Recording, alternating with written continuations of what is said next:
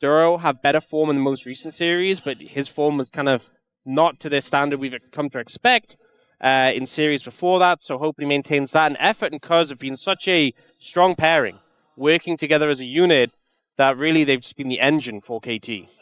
Yeah, I actually think that this could be an interesting showcasing of how well Duro has adapted, because like you were saying, I think that he was certainly in a bit of a rut in this meta, as we do see in Champion Select here, our first bans being the Camille and the Jace. Maokai is still globally banned, and Poppy going to be the second ban away here. Cassiopeia, the Orianna needs a look in, maybe a Vi as well, as far as our most anticipated bans. But if it's not an Orianna ban here, then things could start to get a little spicy, and it will be the Galio taken away from Chovy instead. Yeah. Galio very heavily banned against Gen.G so far. There is still things like the Vi, the Bard has been banned quite a bit by Gen.G so far. Nocturne still available as well. I think a couple of options in terms of the jungle. Ezreal also a big one, but they're going to go for the Orianna instead, taking away that mage mid lane. I think here for KT, they have a couple of choices. They end up going for the Vi here. That does mean Gen.G can get the Ezreal for Ruler and feel really comfortable with that pick, and still have good options for Canyon in the jungle. Yeah, they can go the Ezreal Bard if they would like to. Ezreal Karma is up if they'd like to just lock away the bottom lane. But I imagine like Ezreal jungle seems like a decent idea. Not Ezreal like Ezreal. No, I'm not saying Haru. I'm saying like Ezreal and a jungler should be picked here. Yeah, interestingly, so the Nocturne I think makes sense. But looking at the Bard instead of the Ezreal, to be honest, if you really wanted the Bard and the Ezreal, you could have just gone those two together and left the Nocturne until later. It's not like anyone's playing Nocturne top, but it looks like they're going to slow things down a bit. They're going to go for the Shen here for Duro. And Nocturne Shen, immediately when I see that, I'm thinking, how are you living against that? Because I think you need an AD carry who's safe. I think Ezreal is probably the best you have right now, but not necessarily looking in that direction. They go for the Lucian Milio. We saw Pays have a phenomenal game on the Lucian the other day, and it is going to cause a lot of pressure in the bot lane. Also, when you hit level 6, Shen, a big offering he has is the Taunt. It can't just be cleansed. Going to be hard for Canyon and Duro to get the value they really wanted from playing Nocturne, Shen, and having the submarine go in. Yeah, I'm interested as to what Ruler is going to do into this. Maybe it is just a Jhin and weather the storm type scenario here. But instead, we've got triple global out of 3 for Gen.G if they do decide to lock in this Ryze. And there it is. They can now take away things like the Anivia, anything that they would prefer not to lane into, as this Ryze as well. And I think that perhaps an Akali might be taken away, because Chovy did have a little bit of a rough time into Zeka's Akali in their previous series on the Ryze. This really sets up Gen.G to play through side lanes, to play the map, to just control the pace of the game. And I think ultimately they've given a lot of room for KT to ban picks away from Ruler, so he's not going to necessarily have as much safety into Lucian Milio, into a Vi. But as long as he can weather the storm, then Gen.G have a lot of tools to play with. Jhin going to be banned. Likely expect it to be the Ezreal as well. And Gen.G just banning away potential picks for Perfect here. Yeah, so not going to get his Gnar on the top side of the map. I wonder what that means Kiin is sort of edging towards. Maybe an Ambessa pick, but I imagine he doesn't mind the Ambessa and Gnar matchup. It's kind of an interesting ban, to be honest. I wonder if they get rid of the Zehen, because Perfect's had a lot of success on it. They actually go for the Olaf instead. Obviously a pick that has done fantastically well in the LCK, especially into these CC-heavy compositions. And now, I assume the Ezreal here is going to get taken away. Just trim the tools available to Ruler, but they could also look to Kiin if they're concerned about him having something in the counter matchup. It is just the Ezreal. All right, there is the Ezreal ban. And so theoretically, Ruler can go towards... I mean, they could put Shen in the top lane, I guess, and then just play a Lulu bottom lane or something with a little bit more of a powerful edge. Could just Kalista Renata. Yeah, it could just be Corki here, I guess, for Ruler, which has risen in popularity a bit recently.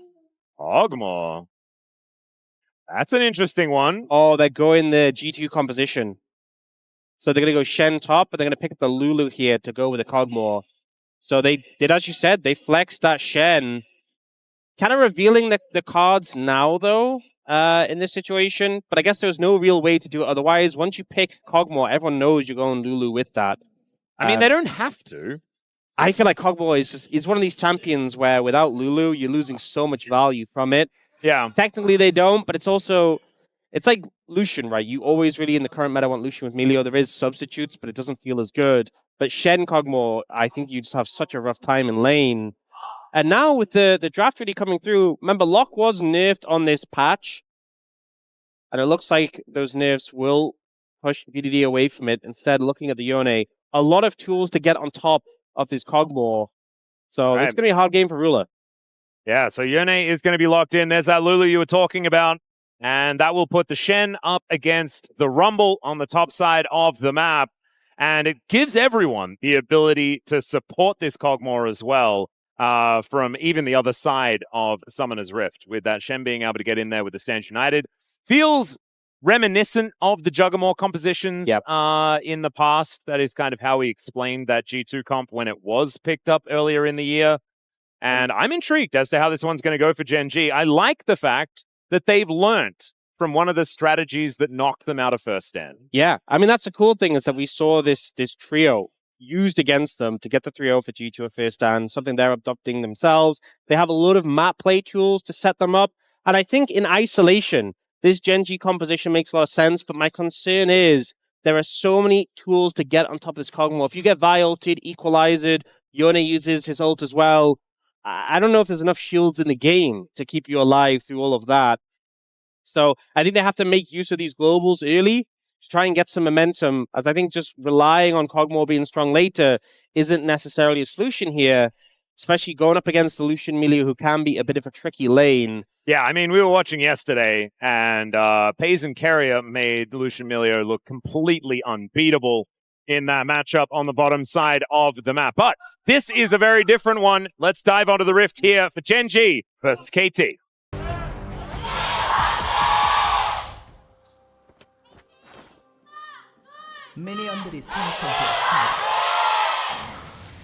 All right, here we are, ladies and gentlemen, onto the Rift for game number 1. KT versus Gen.G. KT having a fantastic first week. This is the first time we've seen them this week of the LCK, waiting until the last possible second. Ooh, and actually, so this is something that used to be really prevalent when Lucian Army was a thing, is that the Lucian would end up going cleanse because you expect the exhaust on the other side. And I know there's cleanse value here, but when you have a Milio, I think you're not that pressured to take it. But specifically here, if you're dashing in and you get exhausted, it can really make the lane hard. If you can just cleanse it immediately, it's basically not there as a summoner spell. See whether it's actually going to work out here, because like you say, they do share a very similar cooldown as well, which is kind of nice. And you could definitely always cleanse it if you are just saving it for the exhaust every single time. We'll see whether it does feel good here for FenRir, who does get exhausted now, elects not to cleanse it, and will instead just take most of his health bar and damage. Yeah, they share literally the same cooldown. I mean, there's things that adjust it, right, if you're going Inspiration, but neither of them have, so you could have just traded it there, but I guess he's waiting for a polymorph later. Yeah, that's what I was considering, is like, do you just want to prioritize the polymorph cleanse instead? I mean, they're both annoying to go against as a Lucian, but it has meant that he's kind of lost out on this trade and does get some damage back there, but he's getting chunked out pretty heavily. Oh, so is PDD, as he does look for a lot of damage onto Chovy. Never mind. PDD being able to play it out quite nicely. Will take a lot of damage, but was able to dish out the same amount in kind. And now Cuzz looking for an angle towards this bottom lane. Flash is available, but everything else is on cooldown. As FenRir goes in, that's a good Glitterland splash. But Ruler isn't going to throw out his flash. Does finally get it down. And all summoner spells have been removed from this bottom lane of Gen.G. I think ultimately, though, you're not too sad about how that panned out for Gen.G because you traded 2 for 2 in terms of summoners. Yes, it does make the Kog'Maw vulnerable to a future gank, but at least you burn resources from the other side. There was something traded in return. I think the slow from Duro before he flashed was really important because if you hadn't got that slow off with the Glitterlands, I think Cuzz just flashes after him and he's just dead. So surviving that, definitely a silver lining there for Gen.G, even though they're now in a bit of a precarious position. Yeah, we'll see how they're going to be able to play this one out, because they also managed to clear the wave, which is doubly important. Cuzz without Flash was going to be difficult to set up a dive. Also did lose a bit of health in the trade as well.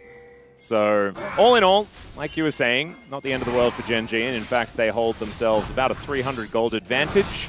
Yeah, Ruler actually backing with a bit more gold. Ends up getting a cull and refillable, which is a lot more sustain than FenRir, who just has a single health potion and a longsword. So if they can get a little bit of damage down in these trades, there's the cleanse. He did indeed save it for the polymorph, and it did indeed kind of work here, as instead Duro's going to try and turn this one. Pix is helping out. Or the Glitter Lance. Yeah, the Voidooz does come out there as well. Effort taking a bit of damage here, but does make it to the brush and gets out of vision finally. This is looking dangerous. Who has the burst damage? The Caustic Spittle is going to actually land here. There's the Voidooz as well. Ruler should play AP Kog'Maw, to be perfectly honest. He's landing all these abilities. Yeah, and Duro, I mean, there's going to be shielding from Effort, but you get the E Glitter Lance down, Auto as well. FenRir is kind of in that threat range, so Effort has to be quick to cover for him there. And you can also see Ruler just healing up a significant amount. Cold sustain, refillable potion, having 2 stacks for a single health potion. In the long run, he's going to get a lot of health back, as you can see. And the only sustain that the Milio has is from his W, which you don't really want to burn just to heal up the Lucian. He doesn't do that much now. Oh, in goes FenRir, but he takes so much damage. There's the polymorph. First blood goes to Duro. And you understand the idea. Cuzz was coming in, but he just bolt broke over a corpse. Just pulled the trigger a bit too quickly. And this feels so bad because you called Cuzz down there. He's been spotted out here, which allows Canyon. He's just free farming. He's having a good time. You commit your jungler's time. You die anyway. And this is a situation where Ruler and Duro were down some. Oh, there's the ulti from BDD right on top of Chovy, who just decides he wants to ghost away. Will successfully do that. Yeah, May not have even needed it. Did miss a Q there, so I think he was looking for the all-in for the kill threat, but just wasn't quite able to connect the skill shots. Now here, no summoners available for Ruler and Duro, but just a good polymorph here, showing the value of the ability. And it's kind of frustrating playing Lucian, because as the polymorph, Ruler now has the cleanse back up and available. Those cooldowns not synced together, so FenRir really cannot step up right now, especially because the Lucian is so burst-based. And if there's exhaust, polymorph, and heal, you're not killing the Kog'Maw, and he will just continue to do that sustained damage. Yeah. Well, now you've also got Canyon looking at a dragon. What's Cuzz towards the top side of the map? FenRir, oh my goodness. Ruler presses W, and then there's sort of nowhere safe for FenRir to go.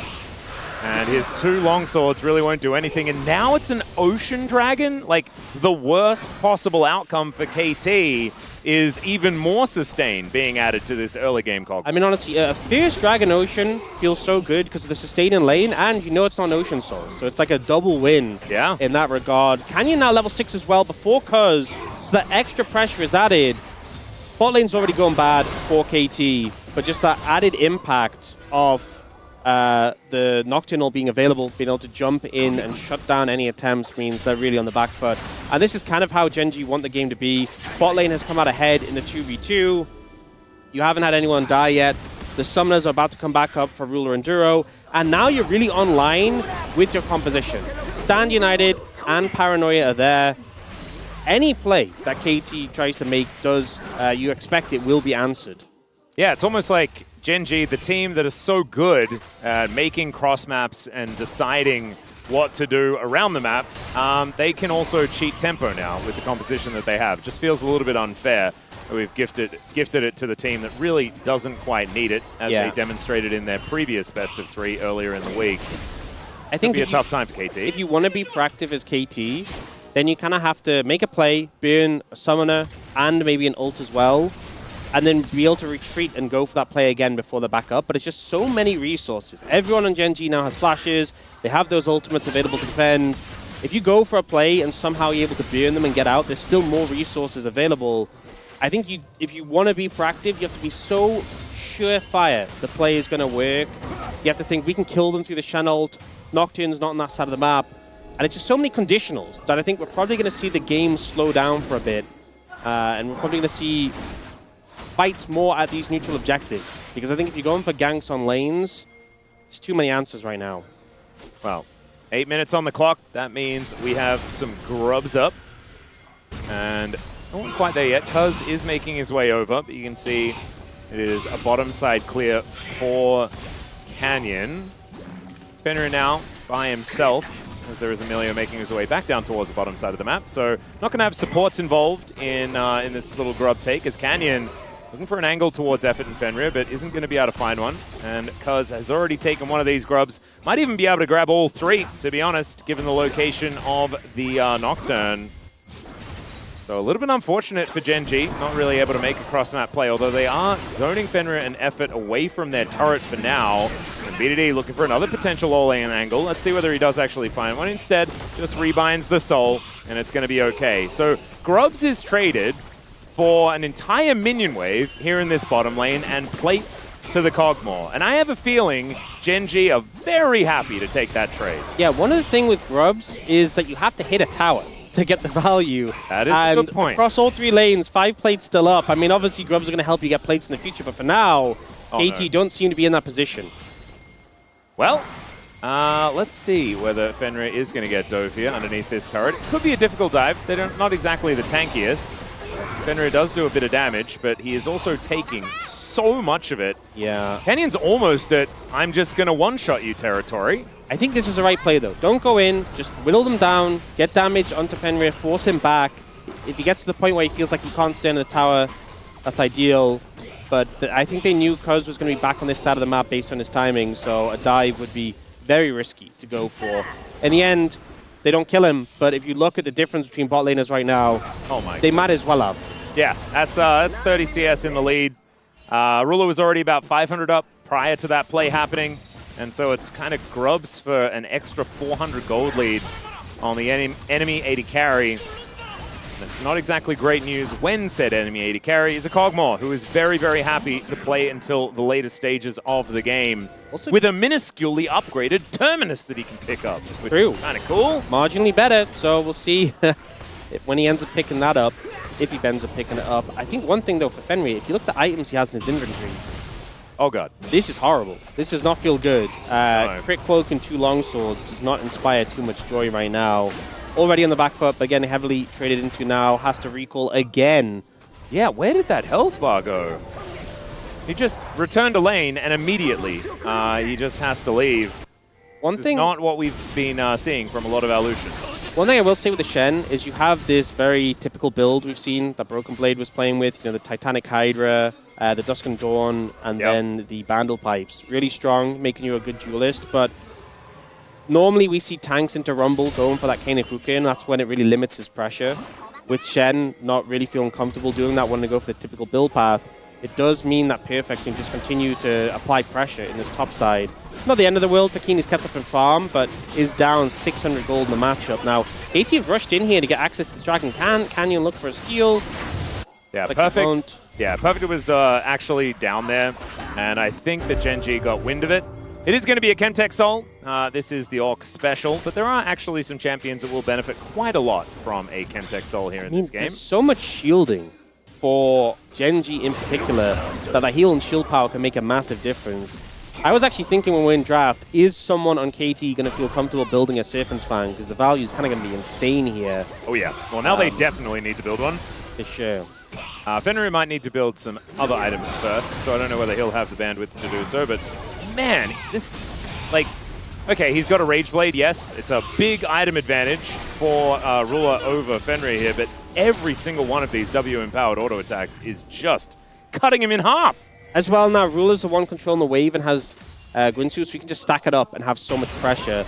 It's Grinsu's against Coalfield's Crit Cloak. It's not even close. No. Well, there is the Living Artillery to come down. Paranoia goes in, and they deliver the Shen. Kiin wants in on this party, and they will be able to take down this Lucian for their second kill of the game. And now BDD looking for another potential all-in angle. Does miss another Q in that exchange, but he's not going to be punished for it. I think it shows how dire the state of the bot lane is, that your jungler and support can be there with all cooldowns available, and you're still getting dove in the turret, and there's just nothing they can do. Yeah. Let's have a look at it again. Let's see if we can find something that they could do. Yeah. Lane swap earlier. Well, I don't really think there was much recourse. When the Shen's coming in as well, committing the extra member just to make sure, I think the right call there was for them to disengage. A little bit of a rough time. Perfect taking some damage here as the good old Shen trading pattern. If it does work out, it is a decent chunk, no matter what you've purchased. Already does have the Titanic Hydra on the way.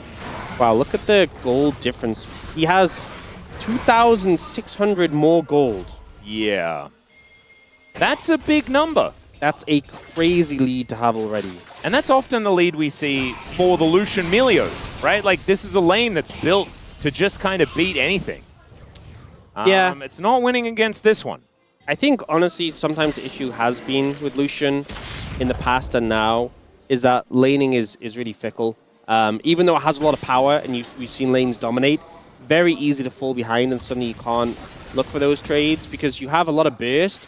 And if that burst is enough to force them out of lane or put them under, great. But if you put your burst combo in and then they just run you down and auto-attack you, then it feels really bad. And even in the Lucian Army meta, when that was super strong, we sometimes saw them struggle and fail against the Zeri if they disrespected it, if they played the trades wrong.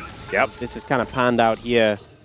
I will say, though, in terms of dealing with the Fed singular Kog'Maw, KT do have good tools for that. But the further ahead he gets, the harder that's going to be, especially because Kog'Maw loves to itemize more defensively when he gets a bit deeper into the game. Yeah, sort of like the 3 items and then Jack Shows type builds. Yeah. Can certainly come on through. Just think like the Kalista builds. In fact, he's probably doing the same build that he did on the Kalista just previously, as FenRir has to go back home again. I didn't really want to play-by-play that because it just kind of made me feel sad in my whole Yeah, one of the big strengths of Lucian that we've had has been playing through mid-priority and controlled mid lane. That is not going to be a thing this game. And when you have a global-based top side of the map for Gen.G, if your Kog'Maw can just step up and just force them out of mid lane, it makes this game so easy to play. Rift Herald looking to be picked up as well. Cuzz is in the vicinity, but I think it's just gone. Yep. Bidity is going to come over, but that's a polymorph, and so that is a guaranteed Shelly to go over. And KT just able to get there and watch, I guess. But that is about it. Ruler is going to park himself back in this mid lane once again, continue just cutting these minions down. And Rod of Ages is now done for Chovy, and he's also got his upgraded steel caps as well, which is a pretty cool little adaptation into the Yone specifically. Yeah, and in this situation, with the Herald, if you can break open that mid tower, you can just make it so much easier to play through your side lanes when you have these towers down. Top can be the next priority. Dragon is up in 30 seconds though, so maybe the game plan is throw the Herald down, pressure mid tower, force KT to respond, and then just sneak in and take the Dragon while they're dealing with that. Well, not really sneak, I think they'll be pretty aware, but slide on in for that one. Yeah, or just go for a big old trade on FenRir again and take the Dragon for free. That also works. That could be something that they elect to do. As Ruler will slink off into the fog of war, down towards this river as Chovy, keeping his eye on what BDD wants to do. They do get some vision over here though, so they understand where the Ryze is. Duro needs to be a little careful. It is somewhat dangerous to get around the jungle and get wards down as the Lulu, as they're looking for an angle towards Cuzz. The taunt does not connect though here from Kiin, who's just teleported in. Equalizer goes down, connects onto Ruler momentarily, and now Kiin, just a one-man army, blocking 4 people from getting into the pit. Now the turn comes through. Canyon looking for the only gold lead that KT has, and they are going to be able to get it. Kiin gets a wild growth. That keeps him alive. And Gen.G, they hold a monopoly on the kills. They grab the next Drake. They move to probably a 4,000 gold lead after this turret goes down. Gen.G going to pick up mid tower and the Dragon and just further extend this gold lead. FenRir trying to clear out the wave, clear out the Herald, and he will unfortunately let it get another charge. But I think KT just didn't have the confidence to go in there, and as a result just didn't really achieve much of anything. So we see the play start off, and for me you have to layer ults onto the Kog'Maw if you want him to die. So we end up getting the Equalizer coming down, but there's nothing holding him on the Equalizer. We get the ult, the Paranoia to buy time, and then they try and attack the Shen here. We actually even end up seeing the Vial committed onto the Shen, but Duro is able to keep Kiin alive, and they just kite away, and I'm just thinking, is that really the target that you wanted to go for? Probably not. Yeah, the Shen also still had that TP shield come in, and I think it kind of showed that KT already feeling that deficit, already feeling desperate. We're just like, look, if we can try and pick off a target at the side, we'll do that, but we can't really fight.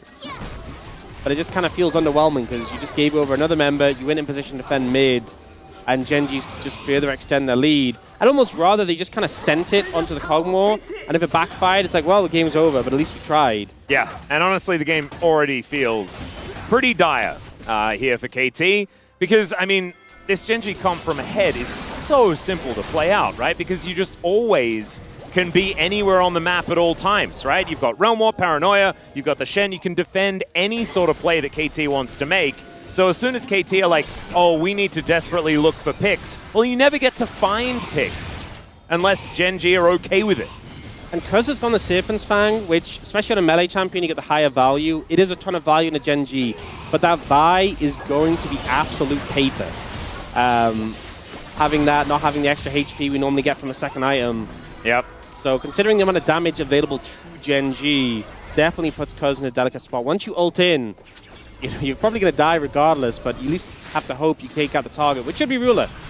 Should be Ruler they're looking to go for. Yes, but Ruler hasn't died yet. Still hasn't picked up a kill, which is quite surprising given the fact that he is 3,000 gold in the lead. Managed to get there at 0-0-3. What feels worse is that they didn't even burn a summoner from anyone but Kiin, and Kiin not having flash is not really a concern.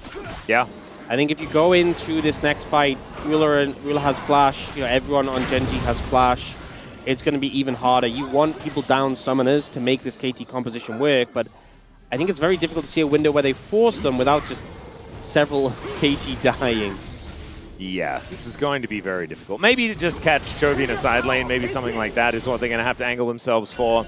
Cuzz does have the cease and desist. The Ryze is going to have a rough time dealing with that. Well, that's the joy of the Gen.G composition. You catch him alone in the side lane, suddenly he's not so alone anymore as the whole squad turns up. So maybe you have to try to catch somebody else, get the tools, then catch Chovy in the side lane. I think that's the thing. A little non-committal play where you just get the summoner then disengage could do wonders, but it's hard to pull off. And with Baron up and available, any play you go for like that, if it backfires, you're just going to lose that objective. Yeah, and I feel like you have to invest everything if you ever want to actually get out ahead, right? Because KT are so far behind at this stage. If Ruler is anywhere near a fight, you are just going to lose. He just has way more DPS. It's a rock and a hard place type scenario here for KT. We'll see whether they can find a miracle, though. They have done so in the past, even against Gen.G in the more recent memory. But yeah, Ruler does have 2 items as well as another cheeky recurve bow on top of it. He's got steel caps as well, right? I mean, the only champion that's doing magic damage here in this game is the Rumble anyway.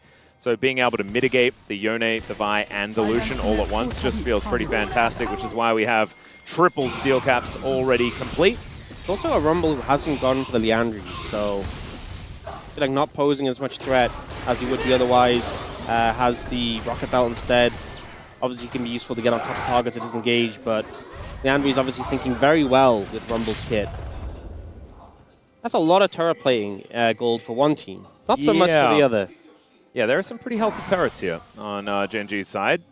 Top side of the map does show that Perfect has had a pretty decent game so far. Even though he has died once, that was not part of the whole laning situation. But he's getting the top lane treatment, that's for sure, where it doesn't really matter that you've done well. The whole rest of the map has kind of fallen apart around you. And now KT are actually moving over looking to see whether they can equalize these dragons. This would be sole point for Gen.G if they can get in there. Stands United, up and available. Kiin just bounces his way into the back of the pit as Cuzz doesn't quite hit the Vault Breaker. BDD gets a knock up onto Kiin, but he just doesn't take damage. Cuzz has to get out of there. The Drake will be claimed by Gen.G. There's a nice smite to come on down, and now are they going to get the re-engage as Chovy will just Realm Warp his way out of there, and Gen.G just not even interested in a fight. Yeah, KT's so hesitant to engage. Cuzz in the pit was an easy focus target that they just looked to challenge, and now this is the cost. The Dragon is one thing, but you're going to lose mid-tower as well. You're going to lose a lot of your control over the Baron area. Doesn't feel too great for KT. Cuzz just not really even able to get into the pit for the smite itself. Was just forced away. So just good control from Gen.G there. Yeah. Dusk and Dawn very close to being completed here for Kiin at the same time. Titanic Hydra has been done for a while. But let's have a look at how this one started. Megacone engage here from Kiin. Yeah, we see Cuzz ending up in the pit, and then it looked like this Vault Breaker was trying to get him out, or just hit Kiin. But either way, he ends up trapped in the pit. We have to get the Milio ult and a flash to get him out, and then without those tools, he feels so hesitant to approach again. Is late to be in range for the smite, and unable to combo it with his Q to try and secure it, and Gen.G just disengage. Yeah, Chovy just walks out. Realm Warp going to be available there. As there's that Dusk and Dawn we were talking about. Big 2-item spike for the Shen. Does a lot of damage now if he manages to get in taunt range. And Chovy will just be matching perfect here towards the top side of the map. Maybe he's the shining light here for KT. But I just don't think so. I don't think a 500 gold lead on a Rumble is really going to help all that much, even if they do have a predominantly AD-based composition outside of everything else. There is at least some Merc Treads here for Kiin. And like you say, the Rumble's build isn't necessarily doing maximum damage. I don't think this would be scoring 5 out of 5 on Huni's list. Let's just say that. No, I don't think so either. But to be honest, I'm not sure it would make that much of a difference. No. I just want to see a coordinated engage from KT. If you lose the game immediately, I honestly don't mind. But just try and kill Ruler. And if you lose the game off it, well, at least you try to do what your composition wants to do. But this sitting around and waiting is not going to win you the game. No. It's just going to allow you to watch as Kiin takes all of your stuff. And there's nothing you can do about it. KT is spotted, setting up a little bit of a gank. Krug pit, I guess you could say. Daylight value there, helping out Gen.G. And while this is going on, Kiin just hammering away at this tower, getting some damage down on it. And now they're just going to start the Baron, and the confidence, the early smite just to get it rolling. Yep. It is Scrying Orb, and it looks like they're not ready to potentially throw away the game there.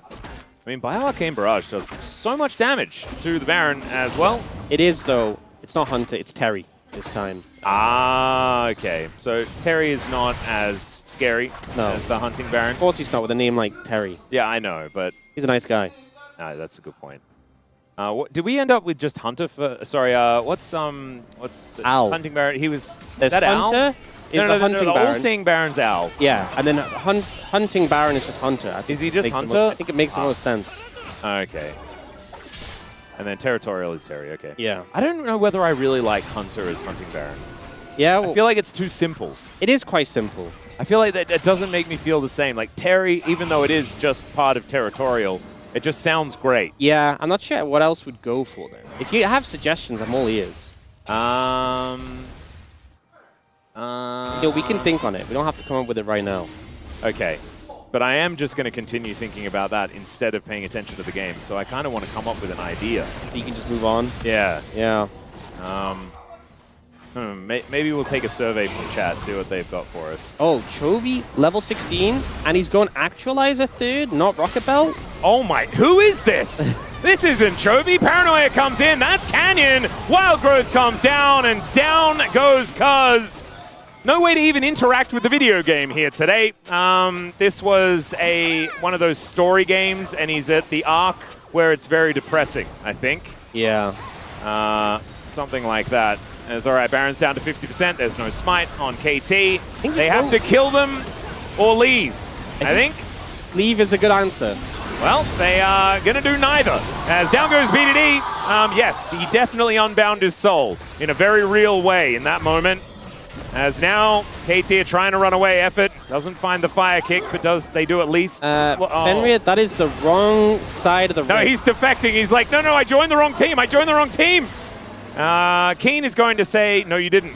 Get out of here. He just finds it. There's the auto. See, I think in this situation, you know Byron is gone. And you don't really have the setup to go for the fight. You are behind, going 4v5 with this deficit, not ideal.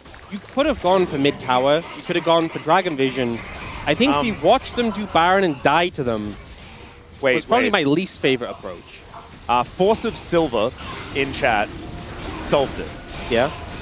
Hunting Baron is just Huni. There we go. Oh, it was right there! Are we going to get confused, being that there's now a Huni Baron and a Huni? Yes! Okay, I'm fine. So it makes it so good. Oh my god, that is so good. Thank you so much. Oh man. That's the best thing ever. Okay, and it fits because the Huni Baron does a lot of damage. And that's all Huni wants? That's all he wants. Huni Baron is actually just a Rumble with Sorks and Leandres. Straight into Death Cap, baby. Yeah, I love it. All right. That's at least solved that one. We can focus on the game. Wait, where did the game go? Aux, it's kind of over! It's been over for a while, and I'm still yet to see the engage come out from KT. You have Yone, you have Vi, you have Rumble. Click all your buttons onto Ruler. You will probably fail, and the game's already doomed, right? But I just want to see the combo once. Just give it a go. All right, well, this is going to be their last opportunity to do so, I'm pretty sure. Living Artilleries are raining down. Terminus has been completed here for Ruler, as well as halfway towards his Jack shows. Oh, yes, Terminus as well. Yeah. There's an actualizer there for Chovy. Like, I mean, as far as item spikes, this is about as many items. They haven't died yet this game. I mean, we're a Drake and 3 grubs away from a perfect game. It's pretty doomed. Ruler is just going to fire so many autos. Wow. I mean, one more and effort would have definitely died. And now they're going to send it. Let's see whether they can find it. As Ruler almost loses half his health. He did lose half his health. Nice work, KT. You nailed it. FenRir wants to kill Canyon. Canyon doesn't care. Look at that. Just stands around. Will walk up and kill him. Didn't want to give the kill over to Kiin or Chovy. Kiin had killed him already, and Chovy's had enough kills so far this year. And now BDD, he unbinds the soul. He's not going to snap back, though, unfortunately. These Nexus turrets, not long for the world, and this was an utter thrashing from Gen.G in game number 1, using a composition that absolutely thrashed them. Yeah, 1 dragon and 3 grubs. That was all that prevented this from being a perfect game. This was so one-sided. I will say, at least KT was very late, but they finally said, look, we're going to try it.